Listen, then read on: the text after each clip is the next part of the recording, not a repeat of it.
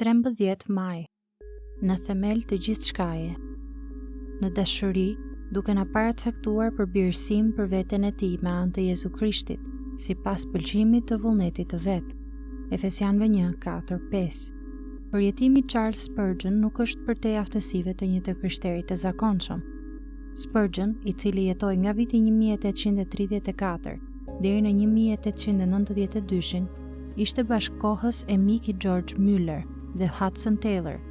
Ai shërbeu tabernakullit metropolitan në Londër për më shumë se 30 vjet, si pastori më i famshëm i kohës së vet. Predikimi i tij ishte aq i fuqishëm saqë njerëzit ktheheshin te Krishti çdo javë. Predikimet e tij vazhdojnë ende të botohen edhe sot. Shumë njerëz e mbajnë si modeli i spikatur për dikë që fiton shpirtrat për Perëndin. Ai kujton një përjetim të tij kur ishte 16 vjeç, i cili i dha formë jetës dhe shërbesës së tij derisa ishte gjallë.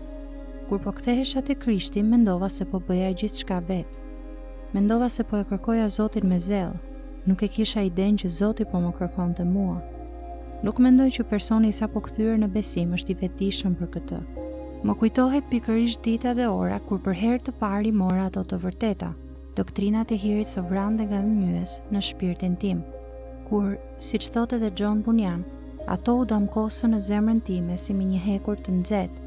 Më kujtohet se si u ndjeva që isha rritur, krejt papritur. Nga foshnjë isha bërë burr. Kisha përparuar në njohjen e shkrimit, sepse kisha gjetur një herë për gjithmonë çelësin për të vërtetën e Perëndisë.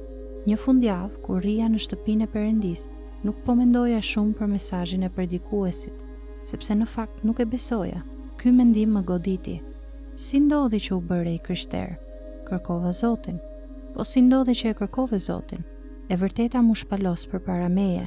Nuk do ta kisha kërkuar atë, nëse nuk do të kishte pasur ndonjë ndikim të mëparshëm në mendjen time që të më bënte ta kërkoja atë. U luta, mendova, dhe pastaj pyeta veten. Si ndodhi që u luta? U shtyva që të lutesha përmes leximit të shkrimeve. Si ndodhi që lexova shkrimet? I lexova, po çfarë më shtyu që t'i lexoja ato? Pastaj, në një çast të vetëm, dallova që Perëndia ishte në themel të gjithçkaje, që ai ishte autori i besimit tim, dhe kështu mu bëi qartë e gjithë doktrina e hirit, doktrina e cila nuk jam larguar deri më sot. Prandaj dëshiroj që ta bëj këtë si rrëfimin tim të vazhdueshëm. Unë ja atribuoj ndryshimin tim tërësisht Perëndisë. Po ti, a ja atribuon kthimin tënd në besim plotësisht Perëndisë? A është ai themeli i gjithçkaje? A të bën kjo që ta madhërosh lavdinë e hirit të tij sovran dhe gallënyes?